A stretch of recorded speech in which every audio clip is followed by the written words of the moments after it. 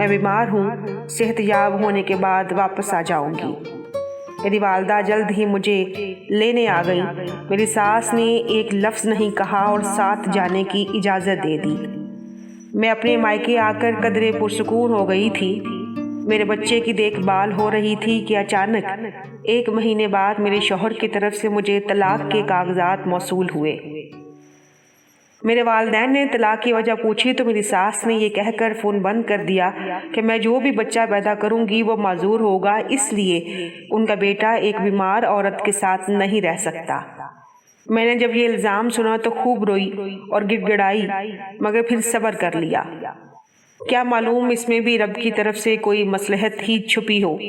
میرا معذور بچہ جو پیدائش کے بعد اکثر ہی بیمار رہتا تھا، 2 مہینے بعد انتقال کر گیا۔ یوں میں بھی بھری دنیا میں اکیلی رہ گئی۔ میری زندگی ایک دم سے اجڑ کر رہ گئی، لیکن پھر بھی میں نے صبر کا دامن ہاتھ سے نہ چھوڑا۔ میری عدت مکمل ہونے کے بعد ایک شریف آدمی کا رشتہ میرے لیے آیا۔ میں ابھی شادی نہ کرنا چاہتی تھی، لیکن میرے والدین نے مجھے سمجھا بجھا کر اس کے ساتھ رخصت ہی کر دیا۔ وہ ایک دھاڑی دار مزدور تھا جو صبح جاتا اور شام کو واپس آتا۔ جو کماتا میرے ہاتھ پر رکھ دیتا۔ دونوں سادہ کھانا کھا کر خدا کا شکر ادا کرتے اور پرسکون زندگی گزارتے۔ اپنے دوسرے شوہر کے گھر جب میری پہلی اولاد ہوئی جو کہ بیٹی تھی تو میرے شوہر کی خوشی دیدنی تھی۔ میری بیٹی کو باپ کا پیار، عزت، اس کا جائز مقام سب کچھ ملا۔ میں بھی اپنے رب کے حضور ہر دم شکر ادا کرتی جس نے میرے صبر کا پھل مجھے عطا کر دیا تھا۔ زندگی سادہ اور آسان گزر رہی تھی۔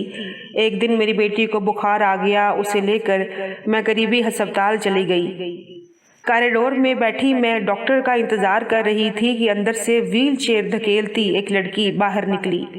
ویل چیئر پر بیٹھی عورت میری سابقہ ساس تھی، جنہوں نے مجھے پہچان لیا تھا اور اپنی بیٹی کو فوراً میرے پاس جانے کو کہا۔ میں اس طرح ان کا سامنا نہیں کرنا چاہتی تھی، لیکن یہاں سے بھاگ بھی نہیں سکتی تھی، اس لیے اٹھ کر انہیں احترام سے سلام کیا، جس پر انہوں نے میرے سامنے ہاتھ جوڑ دیے تھے اور معافی مانگنے لگی۔ جو ظلم مجھ پر کبھی انہوں نے کیا تھا اس کا بدلہ مجھے اللہ نے دے دیا تھا۔ میرے ساتھ انصاف ہوا، اس لیے میں نے بھی انہیں معاف کر دیا۔ مجھے اپنی سابقہ ساس کی زبانی پتہ چلا کہ ان کے بیٹے نے دوسری شادی کر لی، جس کے بعد اس کی کوئی اولاد نہ ہوئی اور وہ بیمار ماں کو چھوڑ کر ملک سے باہر چلا گیا تھا۔ ان کی باتیں سن کر میں سوچنے پر مجبور ہو گئی کہ صرف ایک پوتے کی خواہش میں انہوں نے ایک شریف فرمانبردار بہو اور اپنا اکلوتا بیٹا دونوں کھو کر کیا حاصل کیا۔ یہ معاشرے کی بہت ساری ساسوں کی کہانی ہے جو خود چاہے جتنی بھی بیٹیاں جنے، مگر آنے والی سے انہیں بیٹا پیدا کرنے کی ہی امید ہوتی ہے، جبکہ یہ سب قدرت کی مرضی پر منحصر ہے۔ کوئی عورت کیسے بیٹا پیدا کر سکتی ہے؟